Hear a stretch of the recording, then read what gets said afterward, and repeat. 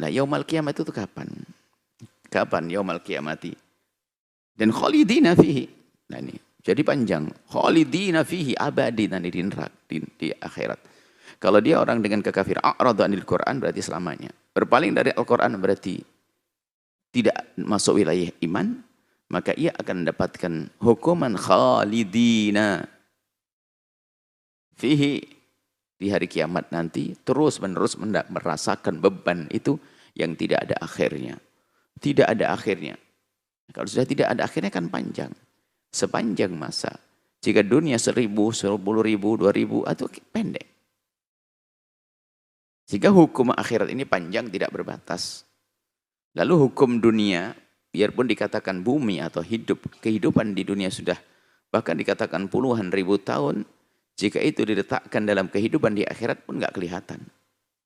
Sangat sedikit sekali. Dibanding hidupnya panjangnya kehidupan di akhirat. Bahkan tidak bisa dibandingkan sama sekali. Ternyata kehidupan dunia yang segini, yang ribuan tahun masih dianggap sedikit dibanding kehidupan di akhirat nanti. Kemudian, kehidupan kita secara pribadi ini ternyata juga sangat pendek dan pendek sepanjang umur apapun dibanding dengan kehidupan dunia. Yang sudah berlalu ribuan tahun. Jadi kita ini adalah punya masa yang sangat pendek sekali di dunia. Dibanding kehidupan dunia, kita pendek di dalam pendek. Pendek umur kita dibanding umur dunia. Dan umur dunia ternyata sangat pendek dibanding umur akhirat.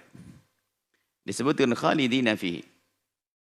Selamanya lihat, karena dia berpaling dari Al-Quran. Tidak menerima pendidikan Al-Quran. Wasa'alahum yawmal qiyamati himla. Dan sejelek-jelek beban yang ia bawa. Wasa'alahum sejelek-jelek bagi mereka. Yawmal qiyamati di hari kiamat himla yang ia bawa. Maksudnya dosa itu adalah sejelek-jelek bawaan. Lo kok membawa dosa. Lagi lapar membawa racun. Gitu loh. Ke akhirat membawa dosa bukan membawa amal baik. Yang dibawa adalah dosa.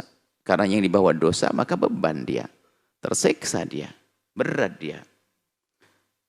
Hari kiamat itu kapan? Yauma yunfakhu fis-sur. Yauma yunfakhu fis-suri. Yaitu di saat ditiupnya sangkakala. Ditiupkan trompet. Ada peniupan trompet. 2 kali peniupan trompet. Pertama kali trompet ditiupkan. Dihancurkannya semesta. Penghuni-penghuni. Mati semuanya. Nufikha fis-suri. Fasa'iqa. Fasa'iqa. Tersungkur. Mati. Seterungkur. Hilang kesadaran. Man fis samawati wa man fil ardi. Semua yang di langit dan di bumi. Ila man sya'allah. Kecuali beberapa makhluk yang memang Allah kecualikan. Di antaranya malaikat peniup trompet sendiri tidak mati. Ada, jadi semua ada pada mati kita. Hingga nanti setelah itu akan ditiupkan trompet yang kedua kali, yaitu dibangkitkan dari padang mahsyar. Ditiup trompet yang pertama, berakhir kisah kehidupan manusia. Setelah itu baru ada peniupan trompet yang kedua, dibangkitkan semua manusia. Inilah saatnya. Yang dikatakan saat mulai tampak terasa membawa beban dosa karena pengingkaran kepada Al-Quran. Wa nahsyurul mujrimina yawma idzin zurqa. Nahsyuru akan kami menggiring Allah, menggiring orang-orang pendosa-pendosa itu akan digiring di padang mahsyar setelah ditiup trompet yang kedua, sangkakala yang kedua, kemudian mereka bangkit, kemudian digiring dalam keadaan orang-orang jahat ini. Pendosa-pendosa ini zurqa.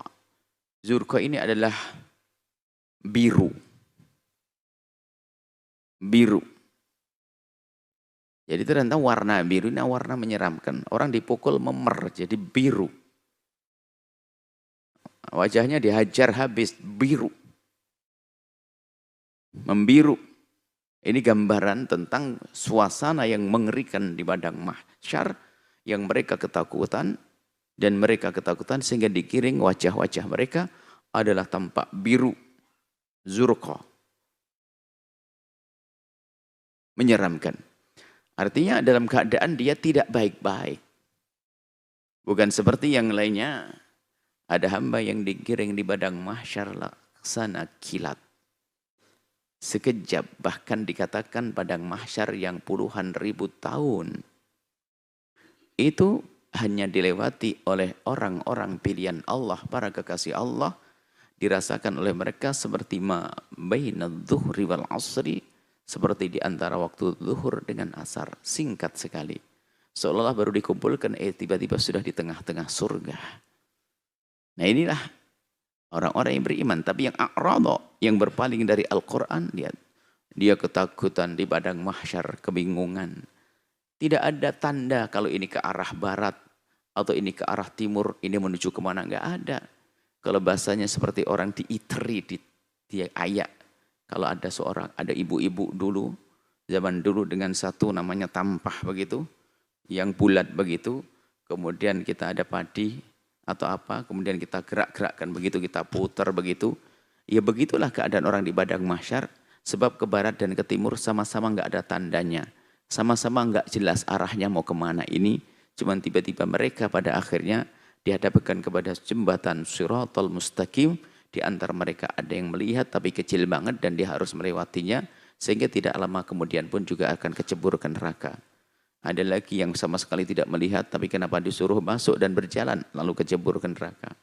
Sehingga ada lagi yang berjalan dengan merangkak kelihatan tapi kecil banget, akhirnya di pertengah jalan sudah diambil oleh, disebutkan di kiri kanan sirat itu adalah ada besi-besi yang seperti yang bergigi, lalu akan mengambil orang-orang yang melewatinya. Ada yang melihat jalannya agak gede, tapi kenapa kok dia masih ketakutan? Ada yang dibukakan jalannya lebar sekali dan dia berjalan seperti orang lari kencang. Ada lagi orang yang berjalan seperti orang naik kendaraan. Bahkan ada orang yang melewati padang mahsyar seperti kilat. Semoga Allah menjadikan kita melewati Shiratal Mustaqim laksana kilat. Sehingga menjadikan tampak dan tidak tampaknya jembatan tersebut adalah amal kita. Pendosa-pendosa tidak akan melihat karena harus merasakan neraka. Yajin sisrun mamdudun ala matni jahannama. Mereka menyebutkan adalah satu jembatan yang ditegakkan di atas jahannam, yang enggak bisa nyebrang, terjerumus masuk ke dalam neraka. Ini kemudian di saat mereka digiring, belum sampai ke neraka, di saat digiring itu Anda sudah merasakan tersiksa. Panasnya luar biasa. Panasnya luar biasa. Karena bumi itu diganti oleh Allah menjadi bumi yang putih. Bangunan yang selama ini kita saksikan rata semua tidak ada. Dirubah menjadi hamparan semuanya. Enggak ada pepohonan-pepohonan untuk kita bisa berlindung. Enggak ada pos kubu-kubu, tidak. Semuanya bayangkan, putih. Semuanya putih. Bagaimana tidak membingungkan? Saya tadi dari sana atau mau ke sana? Itu enggak sadar. Cuma noleh begini sudah bingung, kok sama-sama dan bingung. Kemudian dikatakan matahari sejengkal di atas kepala kita. Mengerikan. Jadi suasana sangat menakutkan. Dan orang berjalan bermacam-macam, ada yang tenggelam dalam keringatnya sampai mata kakinya. Ada tenggelam dalam keringatnya sehingga berjalan pun kerepotan sampai lututnya. Ada tenggelam sampai pinggangnya. Ada tenggelam sampai lehernya. Ada yang sudah mencapai mulutnya sehingga ia pun kerepotan sambil berjalan sambil menghindar dari tenggelam di dalam keringat dan seterusnya. Itu keadaan di padang mahsyar. Akan tapi di sana ternyata ada manusia-manusia pilihan istimewa yang tidak seperti yang lainnya. Bagi mereka padang mahsyar adalah hanya sekadar lewat saja. Melewati begitu, dan bagi mereka ada tidak merasakan beban, tidak merasakan sesuatu yang menakutkan. Orang-orang yang beriman. Orang-orang yang jika bersalah di dunia bergegas untuk tobat sehingga sudah tidak ada sisa dosa lagi. Sehingga dimulai di alam barzah pun sudah menikmati nikmat barzah. Di saat dibangkitkan pun bersama orang-orang yang dicintai oleh Allah. Bahkan banyak atau di antara mereka ini mendapatkan perlindungan dari Allah. Yauma la dhilla illa dhilli. Yang tidak ada perlindungan kecuali dari aku, dari Allah subhanahu wa ta'ala. Diberi perlindungan. Ini keindahan sebagian para kekasih-kekasih Allah. Maka lihat, harus kita yakini ini semua akan terjadi. Kemudian setelah kita membangun keyakinan yang kuat, buatlah persiapan. Bagaimana agar kita nanti di saat berada di padang mahsyar kita tidak menemukan sesuatu yang memberatkan bagi kita. Yang ada adalah perjalanan singkat menuju surga, tidak menakutkan. Ini perlu amal yang banyak, perlu tobat yang banyak. Kemudian kisah mereka yang digiring, kisah mereka yang digiring. Di padang mahsyar orang-orang mujrimin, pendosa-pendosa, pelaku-pelaku kejahatan, perusak-perusak kemanusiaan, maka dia digiring dengan keadaan wajah mereka yang menyeramkan, warnanya biru, birunya orang ketakutan, birunya orang tersiksa dan seterusnya. Kemudian di antara mereka yatahafatuna bainahum in labithtum illa ashra. Di antara mereka berbisik sambil ngomong. Karena perjalanannya dikatakan puluhan ribu tahun. Di padang mahsyar lebih dari 50.000 tahun dan sehari di sana beda. Ribuan tahun di padang mahsyar. Bukan, di samping itu lihat, dalam keadaan capek. Orang capek biarpun 2 menit lama banget. Kapan selesai? Jadi seperti itu.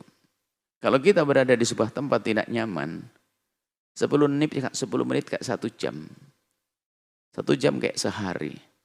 Sehari kayak sebulan kalau tidak beres-beres. Maka jangan sampai hidup kita ini hidupnya orang yang capek. Maka pastikan kita selalu punya kelapangan hati. Menerima apa yang Allah berlakukan. Jadi yang ada nyaman. Di rumah keluarga indah nyaman. Jadi begitu indah dalam keluarga nggak terasa. Waktu berlalu. Tapi kalau rumah capek, Masya Allah. Berantem sama suami. Berantem sama istri, capek hidup. Bertemu 5 menit saja kayak 1 jam. Maka begitu keadaan di padang mahsyar. Karena seseorang, dia dalam keadaan capek, merasakan ketidakenaan di padang mahsyar. Dengan mataharinya, dengan keringatnya, dengan suasananya. Maka waktu biarpun baru-baru belum lama sudah terasa lama. Apalagi memang sesuatu yang betul-betul lama. Lama betul. Perasaan lama ditambah lama yang sesungguhnya. Lama dan lama. Sehingga di saat mereka bercerita tentang kehidupan dunia, kita di dunia kayak apa ya? Ngomong di antara mereka. Kayak 10 hari tok. Kayak sebentar banget. Jadi melihat keadaan di padang mahsyar, mereka mengingat keadaan di dunia. Ternyata di dunia yang mereka lewati adalah sangat sebentar. Maka yang ada penyesalan yang luar biasa. Kenapa sebentar aja aku kok susah patuh kepada Allah? Dan ini termasuk kasih sayang Allah kepada kita untuk tunduk patuh beribadah hanya dalam tempo 70, 80, 90, 100. Bukan selama-lamanya. Akan tapi kita suruh bekerja hanya dalam waktu yang singkat. Kemudian setelah itu kita memetik pahalanya. Nah ini seharusnya dengan ini kan kasih sayang Allah.